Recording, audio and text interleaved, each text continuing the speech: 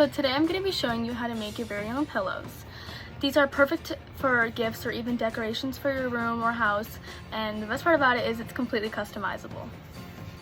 Sometimes I know it can be very difficult to find that piece of furniture or decoration that can just really bring the atmosphere of a room together. When you make your own pillows, you can make it completely custom to you and make it exactly how you want it to look like, and it's really fun and really easy too.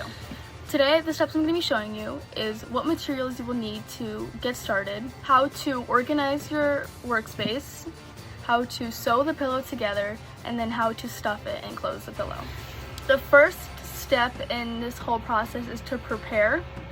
You can prepare by collecting your materials. I went to Joann Fabrics for my fabric and my stuffing. Depending on how big you want your pillow though, you'll probably only need about 1/4 yard. You can even use an old t-shirt or something like that. I find those to be really cute. Okay, make sure you have a nice open area. A desk will work. I like to work on my carpet of my bedroom just because it's big and I have a lot more space to lay out my fabric and stuff. I will explain to you how to make sure that you are keeping them organized and safe. Be sure that you're working in an area where you can clean up easily. This is not a great example because the carpet will collect the pins and you won't be able to see them. They'll collect pieces of the fabric. And it'll be pretty hard to clean up. Step one is to make sure that you have a secure place for all your needles. Like for example, the package that the sewing needles come in. I like to put my bobbin needles on a plate so that I don't lose them. It's really important that you keep your stuff organized because it is not fun to lose a needle and then find it the next day when you step on it. Okay, so I put my hair up because it does get quite annoying when you're trying to cut fabric, but that is the next part. You want to lay out your fabric. I have mine here and I'm gonna find where I want to cut it out. If it helps, you can use a piece of white chalk so that you know where you're cutting. I don't need it, so I'm just gonna wing it.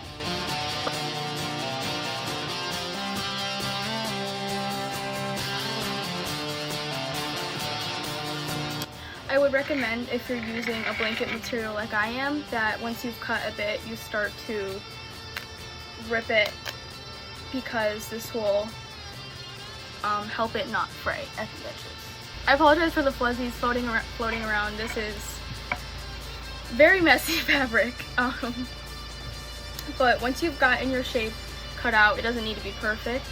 You are going to do that whole process again and cut out the exact same square. It doesn't have to be perfect to the first one, but you do want to make sure that they're at least somewhat close in size. Please ignore the noise, I'm sorry about it. There is construction going on outside. Okay, so once you've cut your two pieces of fabric out, you're going to go ahead and place them on top of each other with the side you want to be showing facing inside. So now that your patterns are on top of each other, you're going to go ahead and pin 3 of the 4 sides. Okay, so once you've got your fabrics pinned, you are almost ready to begin sewing. Before that, we still have to thread our needle. I'm gonna grab the needle with the hole in the top. So you're gonna go to one end of the thread and knot it. Now you're gonna wanna go to the opposite end of the thread. Grab your needle. You wanna make sure you leave a pretty long tail on this side. Now we are finally ready to begin sewing. Stick the needle into the fabric away from you, so it should be coming out the back of the fabric. You're gonna pull through until you feel the knot stop it. Your thread should be coming from out of the back of your fabric. You're going to want to come around like this and place the needle right next to where you just did in the front of the fabric. So again, it should be coming out the back, and then you will tighten the loop. Make sure to only sew up 3 of the sides.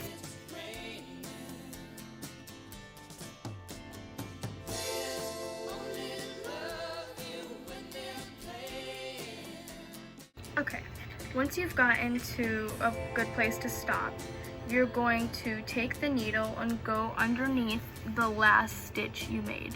And this hole right here, you're going to put the needle through, flip the whole thing inside out. The fun part is adding the stuffing in.